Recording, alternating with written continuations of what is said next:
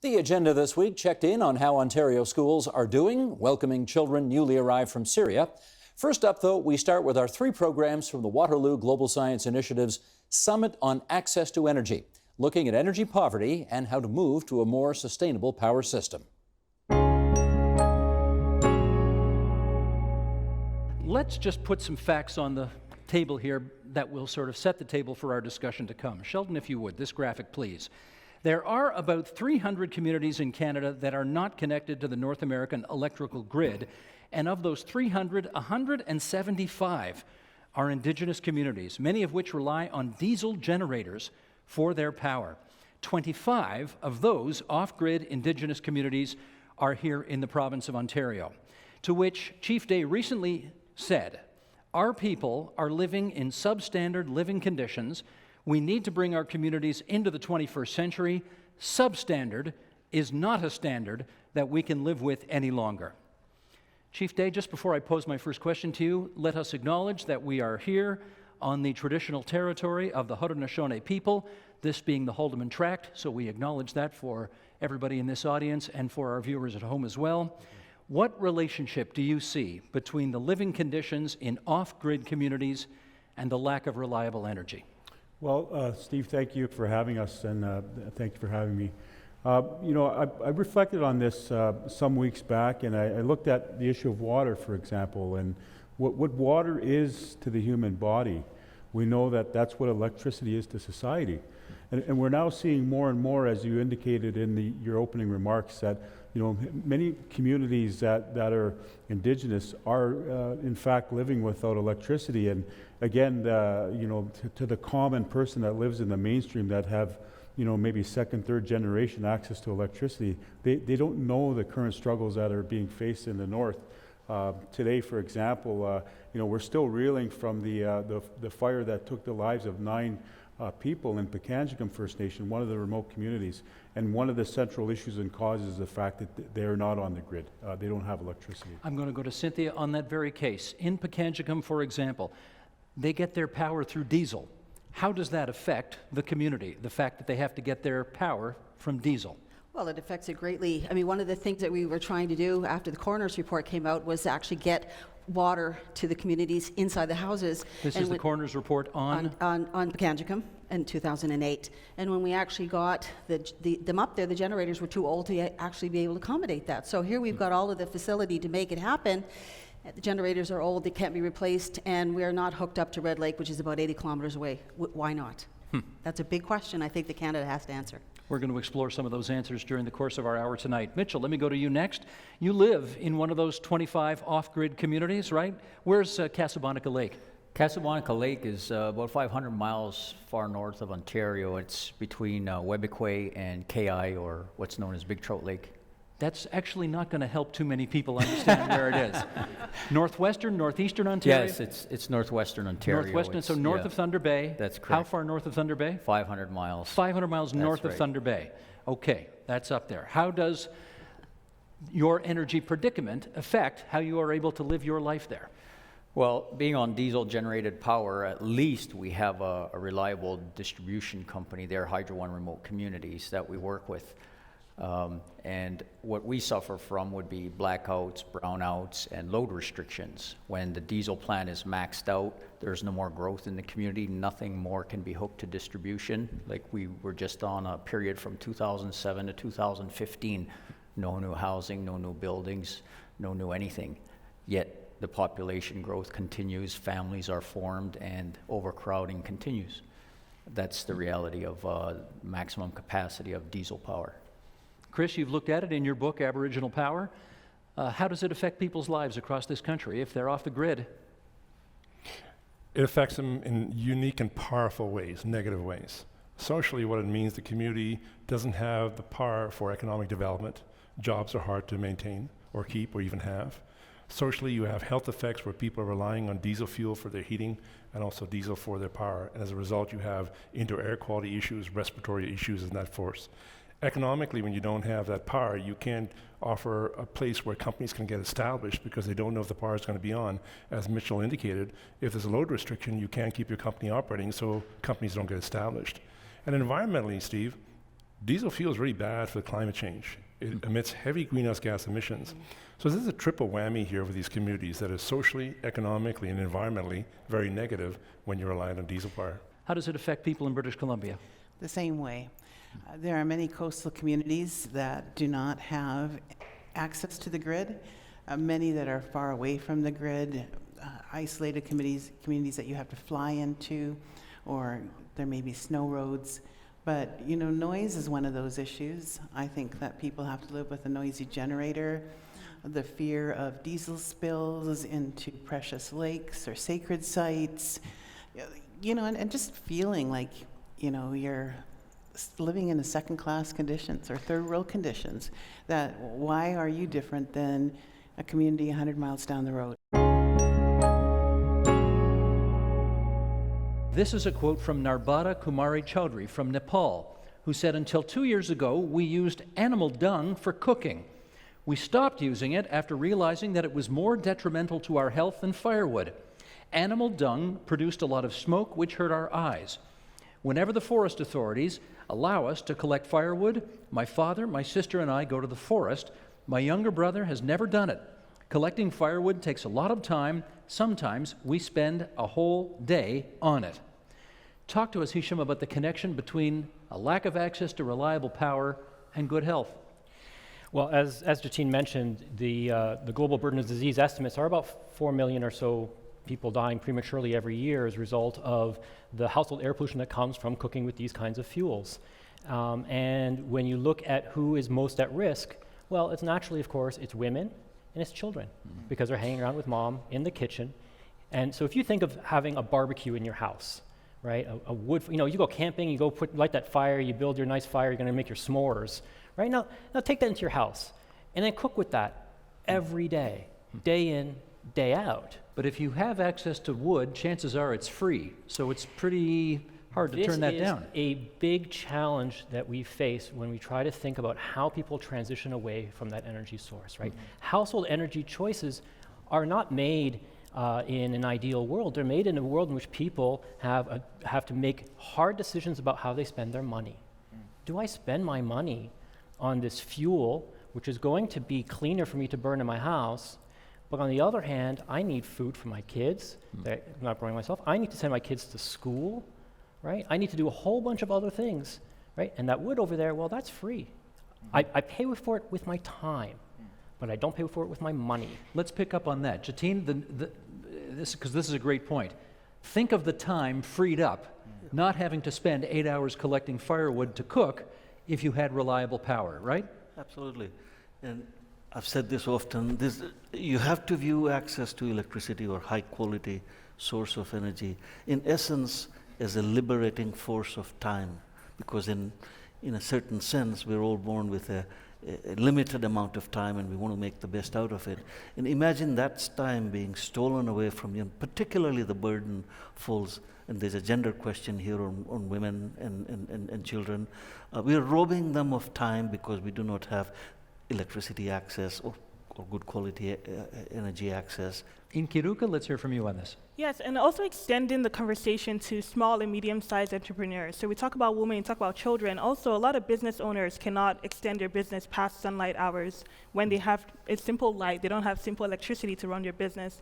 And even when they get expensive and unreliable and dirty access to energy, their business costs more to run versus a different competitor that may have access to clean energy. So when they try to pull themselves out of poverty and to be self-reliant and to be independent economically, energy still impacts their efforts. This is not a smart aleck question. Or let me rephrase that. This is not meant to be a smart aleck question. How did you get so smart you're now going for your PhD on 3 hours of access to electricity a day growing up in Nigeria?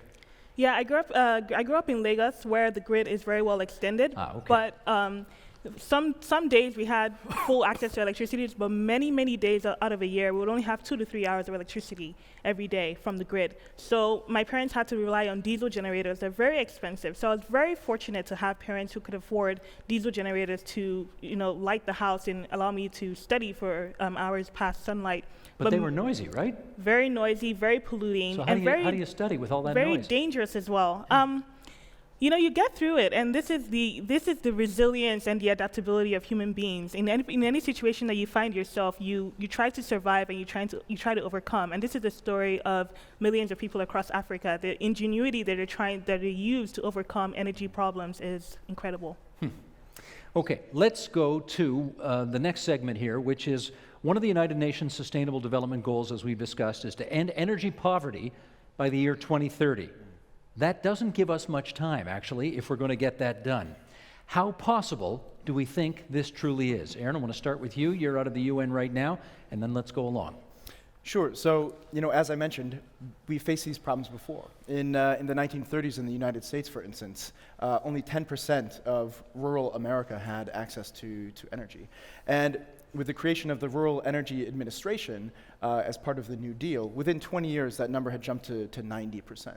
Tennessee Valley Authority and things like that? Exactly. And so what we've seen in the past, in particular, is that this massive hub and spoke energy infrastructure, as we call it today, where you have a centralized power generation with transmission lines going out, that's not kind of conducive to really quick, rapid expansion of infrastructure. It takes time. You have to go connect individual communities. It's much smarter to have a lot of different communities starting at the exact same time and to take a more decentralized approach. And you need both at the end of the day. But what we're seeing now is the kind of need to level the planning field, as we're talking about, where we say, basically, as engineers and policymakers have been educated in energy in the late 20th century, they've only really learned about this one model, which has dominated the 20th century, and that's that hub and spoke model. But we really need to reset our thinking to reach these universal energy access goals and kind of go back and look at what worked in our history and repeat that 20-year near universalizing energy access in the US around the world. Here's what Bill Gates had to say in his open letter which he wrote this past February. He said, "We need an energy miracle. When I say miracle, I don't mean something that's impossible. I've seen miracles happen before: the personal computer, the internet, the polio vaccine. None of them happened by chance. They are the result of research and development and the human capacity to innovate." Okay, let's start there. Tom, do we need an energy miracle? Well, I would say we certainly need innovation. I would distinguish innovation from a miracle. I think the challenge about talking about miracles is it takes your eye off the heavy lifting that we can do now. And it also, I would question what we mean by miracle. If we had this conversation 6 or 7 years ago, a miracle might be defined as the price of solar dropping by 80%, or an entrepreneur in Silicon Valley selling $20 billion worth of electric cars in a weekend. Those are miracles. And that's happened. That just happened about a month ago, Elon Musk, right? So I think the notion of miracle is, we're in danger of thinking about a single magic bullet solving a very complex problem that will take hundreds of little bits of innovation that are occurring every day. And that's probably how I prefer to think about it. Sarah, what do you think? Do we need a miracle? I would agree with Tom that the framing of a miracle makes it sound like something that's wildly unlikely, but it also drives our imaginations right to a technological fix. And I question that right from the beginning. I think we have so much incredible technical innovation right at our fingertips already, and what we need is innovation in a social and political and economic sense. So we're seeing that from around the world, that really what we need are social movements, are policies that accelerate the uptake of these great technologies that we already have. Jatine. The idea of a miracle is somewhat problematic, partly because it undermines, in a certain sense, the capability to achieve and make really substantial achievements in terms of the progress we need to make to get on a pathway that, let's say, to get to decarbonization. Miracles gets you to a stage which says, I'm not going to wait for something miraculous to happen, and therefore we continue on the path we're on. And that's why it's problematic, I think. Ortwin. Well, I think that it's human action that change things. And transformation are not done by miracles. They're done by people coming together and trying to change things. And I would really like also to emphasize what you just said. It's a combination of technology, of organization, good governance, and behavioral change. We need to have all these four things together, then we can actually be very successful in such transformation. Tom. I certainly wouldn't want to deny the importance of big breakthroughs, right? I mean, that's what we do at ArcTurn is we're looking for those big breakthroughs. So I certainly would agree with Bill Gates with that kind of notion, but instead of focusing on the end result, right, I think it's better to focus on the process that would produce that end result. Think of the equivalent in hockey, right? A Sidney Crosby or a Wayne Gretzky are prodigies. They're the equivalent of the energy miracle in hockey. They didn't come from nowhere, right? I mean, there's house leagues and coaches and scouts and a whole supporting infrastructure that enabled those two stars to emerge. In the same way, we can set up economic signals, we can set up innovation hubs. There's an ecosystem in which we can encourage all kinds of innovation and high-tech breakthroughs, and the system will push those innovations through, and if we work on human behavior and we work on the demand side, we'll create demand for those innovations. But that's a process, that's an ecosystem, rather than our mind immediately goes to, when we think of a magic bullet or a miracle, we think of our favorite technology. So someone thinks of nuclear, someone else thinks of enhanced geothermal, and so on. That's not the point. There's a system of innovation that will produce innovations in the right direction if we set that innovation system up. Let me do one follow-up with you. Hockey's a good analogy. The frog in the boiling water is a good analogy too. Sure. You want to follow up on that one? Sure. Well, I think one of the problems we have is the problem space is happening so slowly, right? That this is an atmospheric warming that happens over a lifetime. I think there are reasons why we're paralyzed into place. Like a frog in a pot of water won't jump out because it happens too slowly. Part of it's cognitive, part of it is that it's very difficult to think about climate change in that way, but part of it is our financial and economic systems, right? I talk to Bay Street a lot, and I try to convince investment bankers and pension fund managers to think about funding other kinds of infrastructure, right? To get out of the oil and gas game and get into cellulosic ethanol or energy storage or what have you. The challenge there is you have a deep psychological momentum to do what you did yesterday because you made a lot of money. And it is a professional risk, it is a personal risk for an investment professional to stick their neck out ahead of their peers. Not a lot to gain, there's a lot to lose. So when we think about the frog in a pot of water, there's reasons based on physiology why that frog is stuck there. We have rules of engagement in our systems that lock us into place. It can be psychological, it can be financial, and if we can unlock innovation in that system, then we can solve this problem. Sarah. I would say that one of the strategies that we have at our disposal that we've experimented with and had a lot of success with, to wake the frog in your language, is creating these visions of the future, something that is compelling, that is inspiring, that is radically different from what we have today, not just on an energy front, because of course we don't simply care about where our energy comes from. We want vibrant communities, healthy ones, biodiversity, we want clean water. There are all kinds of things that come together in a vision of a sustainable community. So we have tools to visualize sustainable futures, to get people around the table and expressing their values, their desires, and also what's feasible in communities to give us all a shake and allow us to kind of think outside the status quo or business as usual and come up with a more transformative vision. Ortwin, you wanted to follow. Well, first I would like to say something in defense of the frog. The frog does jump out. This is a story that people tell us, but the biologists tell us that's not true. So the frog is much smarter than maybe we are. I want to get a better sense about what these children have experienced before they've come to Canada. How many of them do you think are suffering from post-traumatic stress disorder? In my view, based on our experience, I think all of them. I think it's the degree that could be different. There are people who have experienced a direct trauma. There is trauma, what we call indirect trauma, meaning that they have not experienced it, but the family members have experienced it. There is also what we call family trauma, which is collective. That's what we see in Syria, because there is indiscriminate bombardment, indiscriminate harassment of people. So that's where it lies. It depends on how they handle that, how the family is intact. There are a lot of factors that come to play when dealing with trauma. Do you have a sense about what percentage of these children might have seen some of the worst horrors that we have seen on the news over the years? I can only estimate based on our past experience. I think usually children are the silent victims because of what you explained. Most of the time they are in the school system. They want to fit in, and then after the school also, because they learn the language very quickly, they assume adult responsibilities. So they don't show up to seek services, unless otherwise they are referred by people in the school system that have seen certain signs and symptoms. So it's very difficult to tell. But majority of them have some sort of mental health problems.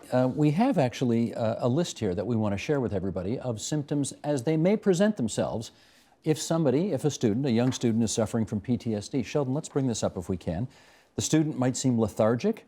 They might use and abuse substances. They might be reluctant to join some kind of physical activity. They might be aggressive, throw tantrums, be defiant. They may discuss war, often. Violence can show up in their drawings. They may get easily frustrated.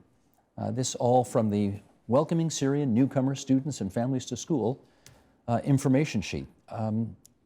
Robert, have you seen any of this? On a large scale, no. In some instances, yes. We had one little boy who, on his first day, little kindergarten student, grade 5 boy, who just up and ran out of his classroom, and we went on a search for him.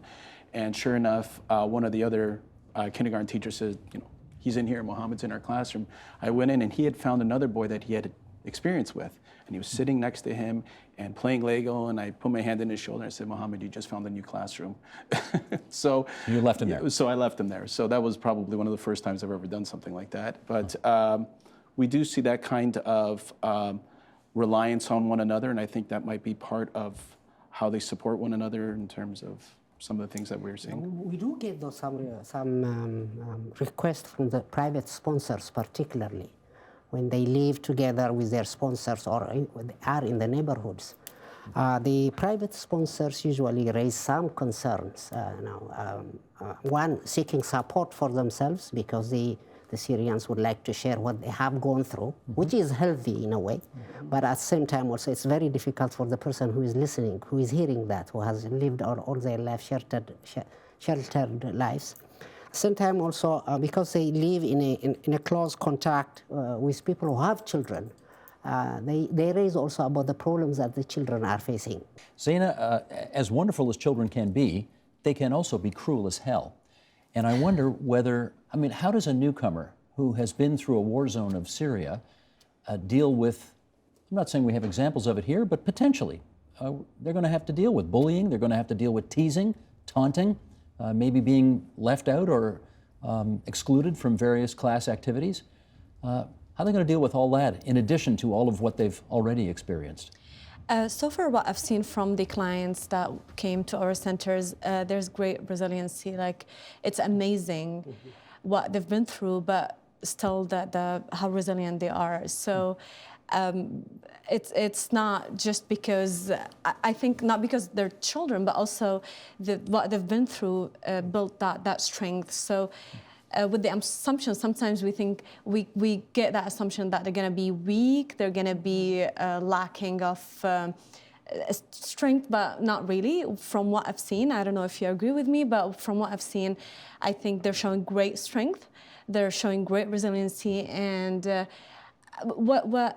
definitely my feeling about this is it's going to take some time, and then when they sit back and relax, they will have some time to reflect, and then we might be seeing some of those signs and symptoms as you shared that we're not able to see now. So this may be a delayed reaction. I think so, and I think it's also very important for settlement workers who meet the family at the first stop to have a very good knowledge about the signs of mental health issues and be able to identify it. I've already referred many of my clients to CCVT, and we have a great partnership with you. We're seeing, and we're also adapting our process to accommodate those children. We're seeing children extremely attached to the parents, have the anxiety of separation. One of usually our process is that when the children being assessed, the parents don't sit with them, but in those cases, we're adapting, we're changing. It's okay for the parent to be in the room if the child needs him to be. And that is the Agenda's Week in Review. You can see all of those programs in their entirety. They're all on our website at tvo.org, on our iTunes channel, and on our YouTube channel at youtube.com/theagenda. Help TVO create a better world through the power of learning. Visit supporttvo.org and make a tax-deductible donation today.